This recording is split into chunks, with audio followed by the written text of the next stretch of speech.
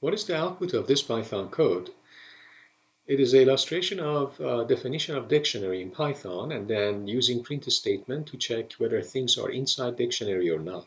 So the name is Python dictionary, just a name, and then we have used a curly bracket to define this dictionary. And then as you can see, there are four keys, key 0, key 1, 2, 4.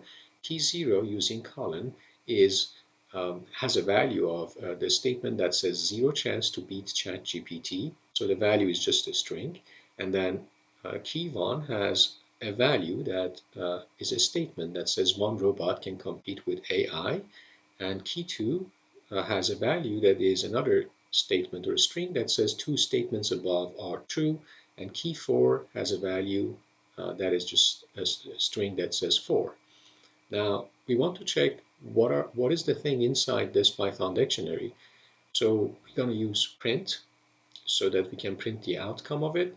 And then we say, in this case, print 0 in Python dictionary. Be careful that in this case, we always check among the keys, not the values. So in this case, we say print 0. And yes, 0 is one of the keys in this dictionary. So the outcome of this is the Boolean value true. So therefore, the outcome of this print statement will be true. It's going to print true for you. And then the next one says print 4 in Python dictionary. Well, 4 is among the values, not the keys. So it doesn't exist among the keys. Therefore, this will print out the Boolean value false. So that's the outcome. And finally, 4 not in Python dictionary. Well, 4 is among the keys, as you can see. It's one of the keys in this dictionary. Therefore, not in is a false statement. So it is in.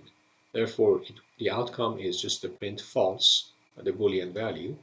So hopefully this example illustrates the use case and how we can define dictionary, and then how can we use print and combine with in and not in to figure out what are the keys in the dictionary.